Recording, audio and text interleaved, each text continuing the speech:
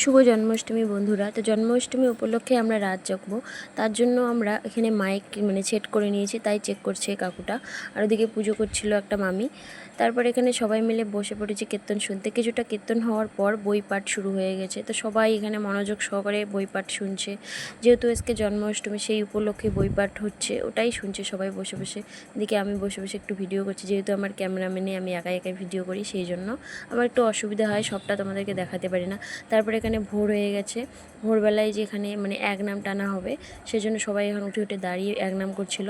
তারপরে দেখো সকালবেলা আজকে হচ্ছে সারা রাত্রি বৃষ্টি পড়েনি। আজকে সকালবেলা এতটা পরিমাণে বৃষ্টি হলো, ওই উপরে যে প্লাস্টিকটা দেখতেছো সেখানে আর কি জল জমাট বেঁধে গেছে।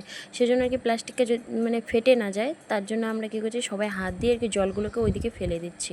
আর যারা কীর্তন করছে তারা তো করছেই, আর আমরা ওইদিকে ওই আমার শাশুড়ি আরও অনেক কজন মিলে সবাই মিলে ওই জলগুলোকে আমরা ফেলে দিচ্ছি ওদিকে। তারপর সকালবেলা 9টার দিকে প্রসাদ খাওয়া শুরু হয়ে গেছে, সবাই খেয়ে নিয়েছে। তারপর আমরা যে কয়জনকে বাকি ছিলাম, ওই যে আমরা বসে পড়েছি। আমি